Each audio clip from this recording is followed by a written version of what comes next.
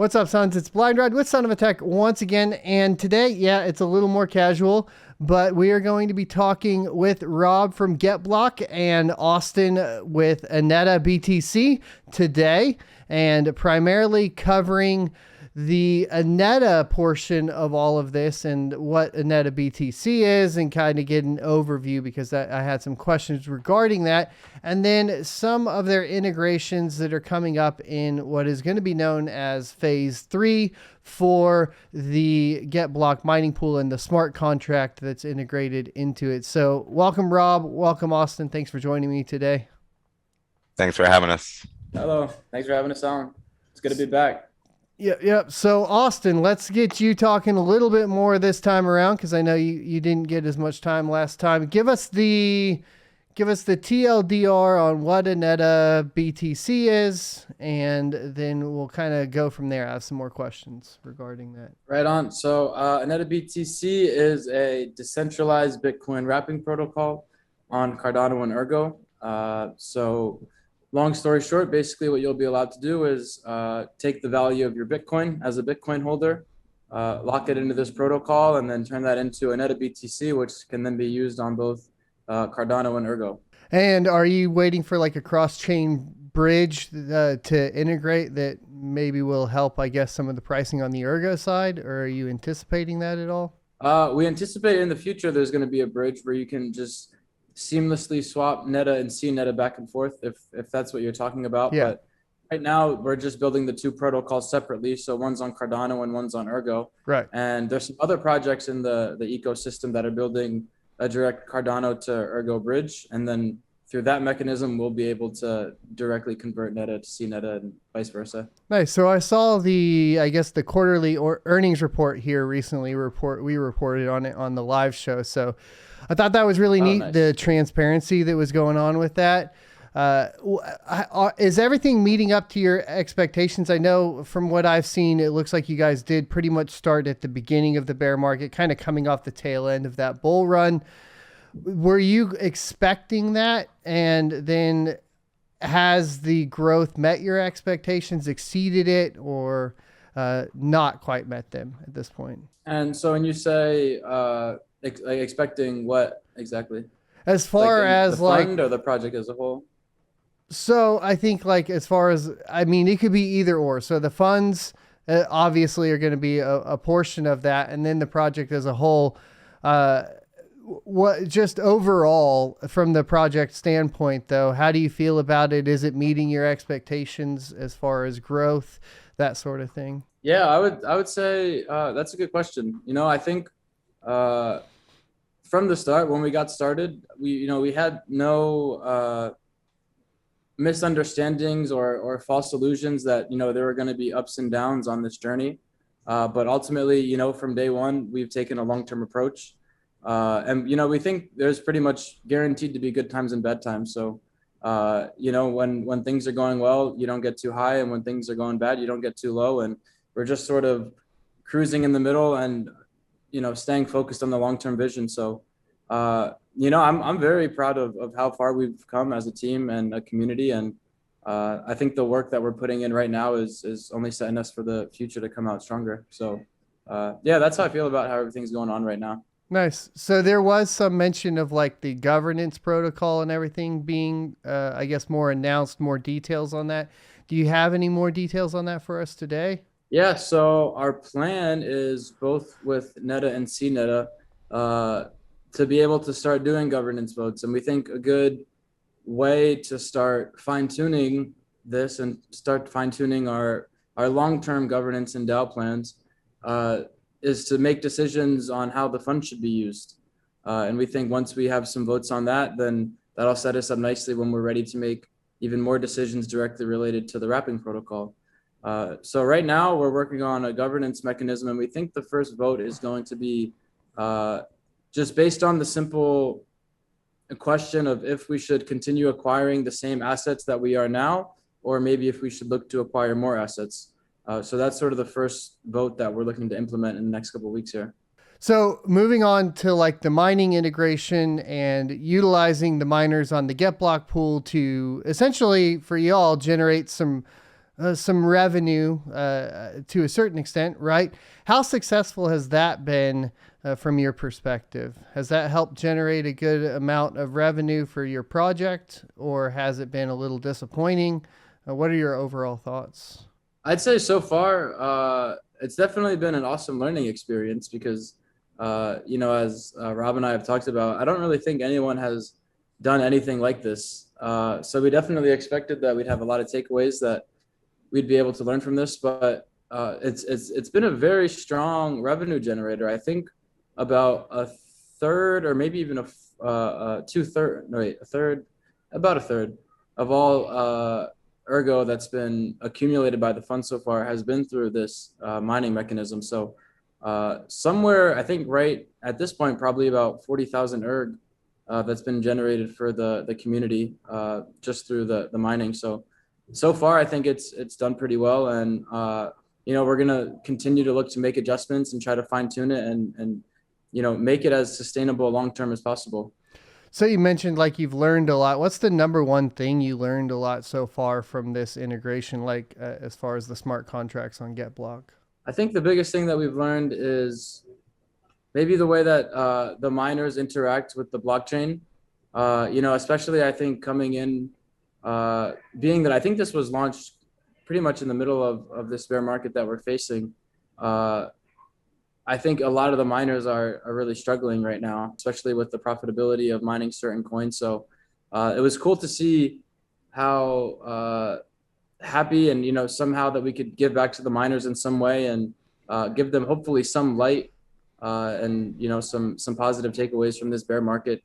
So I think that was cool to see the miners' reaction and to see how incentive driven that this is, and hopefully now that this mechanism I think has brought a lot more exposure to our project, people will be a lot more inclined to stay along for the long term. Right. So that number one thing we talk about, you're realizing how miners interact with it, especially in a bear market. What I noticed is initially and this is going to be the big one, but this is the elephant in the room, right? The initial price on like Ergo Dex for the NETA, as far as it is on the NETA blockchain, was at 5 cents, and then that price was driven down quite drastically post integration with the smart contracts on GetBlock. So that when we speak on that, does it look like from your perspective that miners are primarily liquidating that NETA as quickly as possible given the current conditions of the bear market? Yeah, that definitely could be a case. And I think something to consider. I mean, it really is. You can look at it two different ways. I think the way that we like to look at it with our long-term approach is that when NETA was at that price, one could argue that a good bit of the value was speculative, and it's based on a lot of things being delivered that haven't yet been delivered. But then you look at something like the mining mechanism, where that was able to drive a lot of revenue for the protocol and for the project as a whole, where now, although the price is less than it was before, there are also a lot more tangible assets to the underlying project, perhaps giving it more true and underlying value. So, with our long-term approach, we think that it's going to work out and that it was a good decision because, it really did give a lot more assets of the underlying project that, whether the price is $5 or if the price is 1 cent, the project still has the same rights to the assets that are in the protocol, and that's not going to change. So, I think, taking the long-term approach, I think we'll look back and see that it was a good decision, but, it's still a bit early to tell because we're kind of like in the middle of everything right now and everything's unfolding. Right. So there is a big price disparity between CNETA and NETA on Ergo. So I believe like CNETA referring to, correct me if I'm wrong, but referring to the Cardano version versus the Ergo version. Do you see those meeting price parity in the future by any chance, just based on their ability do they have equally weighted votes as far as governance is concerned?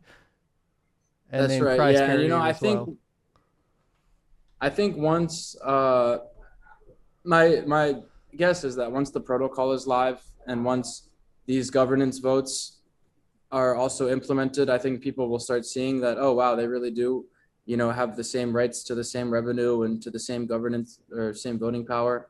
But, at this point, like, it's sort of up to the market to decide what should be worth what. But, we still hold the opinion that they still should be worth the same. And we're doing everything to make sure that they have the same benefits and same rights. So, as far as we're concerned, there's no differentiation between the two. And, we're just going to be continue operating as such. Cool. So let's talk about NETA Angels. Yeah, the NFTs. How was that launch? And then why did you decide to go with Ergo for the NFTs as opposed to going with Cardano? Well, they actually are both on Cardano and Ergo. Okay. On cool. Cardano, there's a total of 8,888. And Okay. on Ergo, there's half that amount, 4,444. Got it. Okay. And the only reason that the Cardano Angels won't be involved with phase 3 of mining is just because they're tokens that are held on the Cardano blockchain, so we aren't able to cross-reference that. But Cardano Angels also have a different set of Perks. sort of benefits that come along with holding the Angels. Like the first iteration of that was in regard to our LISO, where even right now, if you're delegating with one of the NETA 1 or NETA 2 stake pools and you're holding these Angels, you get somewhere between 5, 10%, 15% bonus, depending on which Angels you're holding. In a few weeks, we're also implementing, with holding the Cardano Angels, we're going to be running scripts to scan which Angels are being held, what rarity, how many, and then based on that, you'll be able to go on Tosi Drop and begin claiming CTOSI tokens. So basically with the Angels, there's different benefits that come along with that based on what blockchain. Between both of the projects, deploying an NFT project on Ergo and then deploying one on Cardano, are there any key takeaways as far as ease of launching? Which chain was easier to launch on? Which seems to be the most seamless? Do you have any takeaways from that? I would say I feel like on Cardano, there might be a bit more NFT infrastructure at the moment. And maybe that's just because of how long people have been, using Cardano NFTs, and maybe that the ecosystem is a bit larger at this point. But, in our case, I would say that was the biggest takeaway. I think the NFT drop in terms of like the minting mechanism and how the transactions were processed were maybe a bit smoother on Cardano. Mm-hmm. But overall, I mean, the plus side to Ergo too is that the transaction fees were pretty much next to nothing to mint, and that's always, I think, a huge thing for Ergo. But ultimately, I think they both went pretty smooth. Everyone that was supposed to get an Angel got an Angel, and the whitelist worked for everybody.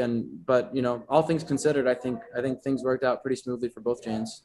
So as far as Cardano, then we would give it the win for NFT infrastructure, basically, for lack of a better term. And then on Ergo, fees are a little bit better. Is that kind of the takeaway I can get from that?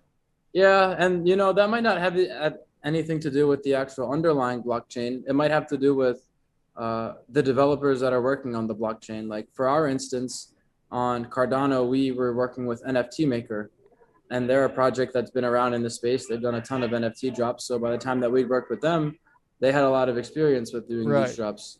And then with Ergo, we had worked with Sky Harbor, which at this point was a newer project. And I think it was maybe the largest NFT drop that was done on Ergo. So yeah, I would say at that point in time, but what that says about the whole blockchain as a whole, that I think that maybe is still to be undecided. And then you had 50%, you said, on Ergo, the amount of Angels compared to Cardano. What was the adoption rates like? Was Cardano significantly higher as far as minting goes, or was Ergo comparable? Maybe based on like a percentage of some sort. Do you have any insights on that? Yeah, I would say, well, it's interesting because I think the price of the Ergo Angels were just about twice of the Cardano Angels.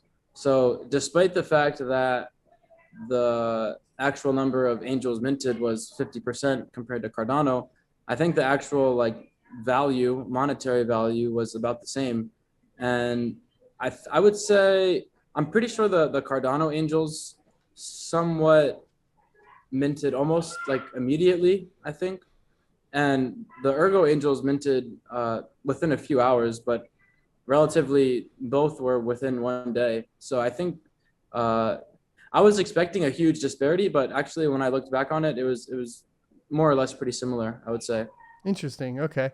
So we're going to wrap Rob into this one because this is where we get into probably one of the more interesting things as it pertains to mining, and that's going to be the Angel NFT bonuses in the upcoming phase 3 of basically the smart contract on GetBlock. So one of the questions I had for you, Rob, is, and maybe you don't know this yet, but it's something that kind of is bouncing around in my head, is how many of these angels were minted by wallets that are also mining? Do you have any clue as to how many of those are actually minted from miners? No, we wouldn't really have an idea to determine that. Frosty, you may know, but I think it's hard to tell whether or not that address is actually a mining address or just, a general investor or something like that. Unless you actually dove into each address, looked at all the transactions, saw that it was coming from a pool, things like that. So I think that's a question mark at this point in time. But eventually you will know, right? Because you'll be tying additional rewards to those. Correct. So what will happen, in a sense, at a very high level, is that the contract will be set up to more or less scan the wallet and then identify that there's an angel in that wallet based on the token ID created by NETA when they launched these angels. And then we'll basically have record of all the miners that have, obviously confirmed that there is an angel in their wallet. Cool. And then will those compound? Like if you have 2 angels, will you get additional bonuses, or will it just be based off of a single angel per wallet? There is a scaling system that we are putting together that will provide additional bonus based on how many angels are within your wallet. Correct. Okay, cool. Very neat. And also, when we had initially launched the Ergo angels, the utility that it had was when you have one of these angels, you'll then be airdropped NETA on different occasions throughout the next 6 months. And at this point, it's throughout the next 4 months. And that still holds too. We're actually planning within the next week or so, planning to do the first airdrop. So if you're holding, for each of these angels that you're holding, you'll be airdropped anywhere from 10,000 to 20,000 NETA total throughout the next 4 months. And when we had initially launched, that was the only utility that came with the angels. But as we promised to our community, for both of these angels, both on Cardano and Ergo, our plan is to continue adding additional utility throughout different ways. And we saw this opportunity that we could add NFT utility through mining. And so that's sort of how that came about. So as far as total supply, because that's an interesting question, because you're airdropping, right? So that's coming from like your total supply and whatever is set aside. How much is currently like left for like these types of airdrops? I'm not sure about the exact numbers for these airdrops, to be honest. I'd have to take a look at it. Is there a supply cap? Yes, there is some supply cap. I would need to take a look at the tokenomics because I'm not quite sure off the top of my head, but I do know at this point, holistically speaking, I think about like 15% of all tokens are already in circulation. Okay. But in terms of how much is left for the airdrops, I'm not exactly sure. Okay, cool. Well, maybe we can wrap around and you can get me all that information later. I haven't looked at the tokenomics enough either, which I should. So I think that the next question that everybody's going to have is the timeline on phase 3. Do you guys have a timeline at this point?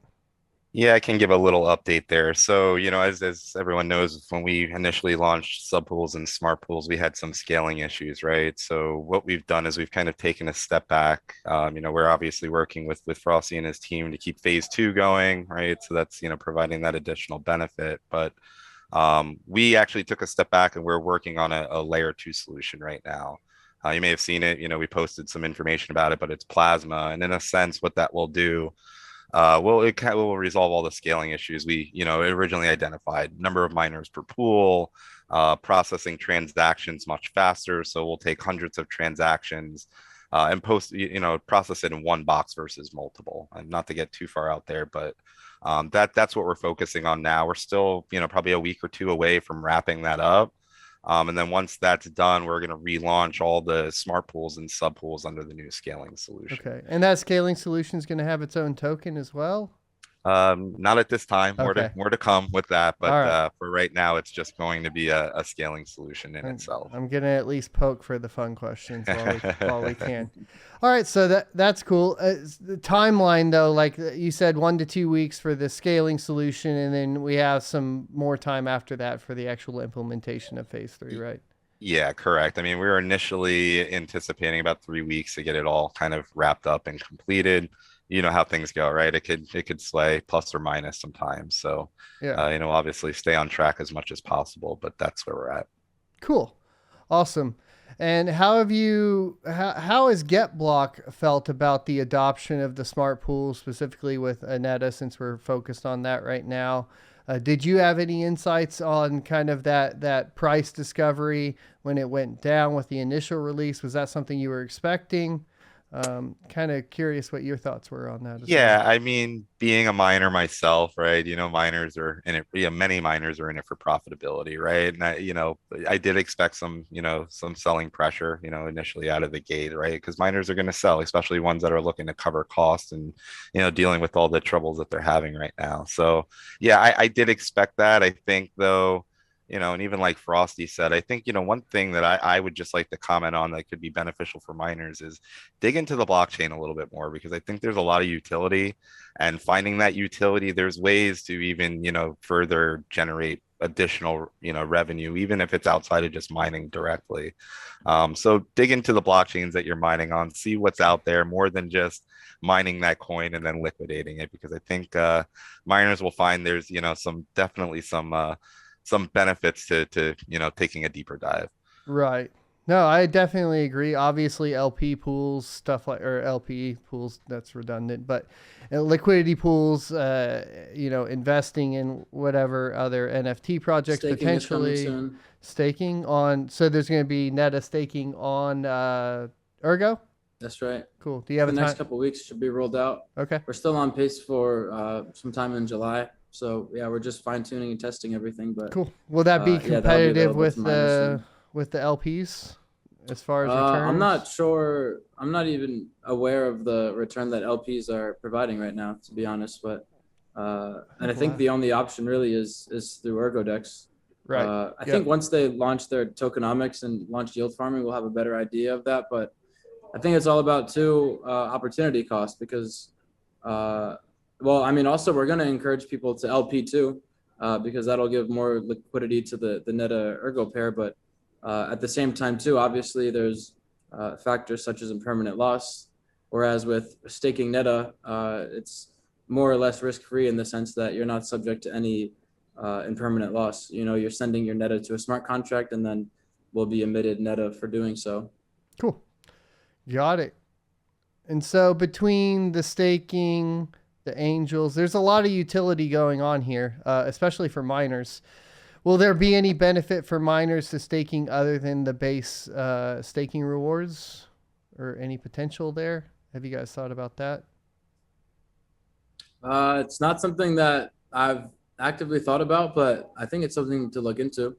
That would be interesting. So basically, if you're a miner and you're staking NETA, you get an additional reward. Is that sort of what you're suggesting? Something along those lines. Yeah, I was just curious if that's something that has been thought definitely about. Open to ideas, but I mean, yeah, it hasn't come across my mind, but it seems interesting. Could be cool. Yeah, could maybe encourage miners to not liquidate as much, possibly. I think that's going to be difficult through the bear market. It's kind of funny how the expectations this time around have kind of shifted across the entire mining framework, whereas it's always kind of been that you mine and hold during the bear market. But I think this bear market ended up being interpreted a little bit differently because it happened very quickly, and then we also hit a recession. Essentially, at this point, I think everybody's admitted we're in a recession, last I checked, but it's hard to tell. Sometimes they say we're not, but I'm like, that gas prices, bro. So, and with rising electricity costs, I think there's a lot more selling pressure on miners at this point. I definitely feel it, right? Not clearing costs. And it's like, well, I want to hold, but I feasibly can't hold because, there's all these external factors that are putting pressure on it. So trying to figure out how to encourage some sort of additional revenue off of that to encourage miners to hold. The staking can be a great option. So I think that's going to wrap it up for today, though. Phase 3, we will be seeing the L2 scaling solution coming out in the next couple weeks. So we'll be looking forward to that, and then we'll have more on that from Rob, I'm sure. We'll be following the Get Block Twitter and talking about it on the live show as the news comes out. We have staking coming in the next couple of weeks for NETA on Ergo. And then, of course, you have the, I forgot now. What was the original thing we talked about? I think I lost it. I thought there was one more big thing. Those are the two that I can think of off the top of my head, though. Is there anything else you would like to add, Austin? From our end, we're excited to keep working. We have a lot of things in the works right now: staking, governance, angel utility, more utility for holding NETA, in terms of if you're holding NETA, being able to get things like ETOC and things of that nature. So we're gonna keep working hard, keep battling, and like we said, I think the biggest thing is our sort of mantra is, when things are going good, don't get too high, and when things are going bad, don't get too low. We're just gonna keep working hard and keep fighting, and I think we're going to come out of this very strong. So, thanks so much for having us on. It's always a pleasure. And Rob, thanks for joining us as well. Cool. And looking forward to talking to you guys soon. Awesome. Rob, any final thoughts? No, nothing major. Just, I think it's been a great, journey with the AnetaBTC team. And I think that, there's a lot more utility that's going to, come out of this. So stay tuned. There's more to come. Cool. Awesome. Thanks, guys, for coming on. As far as you guys in the interwebs, we'll see you next Tuesday. Thanks for watching. If you enjoyed, be sure to go ahead and check out more videos here, or of course, subscribe. For additional content that also goes into more opinionated pieces surrounding the politics around crypto, make sure you check out sonofatech.locals.com. There you can become a member for free, or even choose to support for basically additional content at $5 a month. It's helping me stay alive through the crypto winter.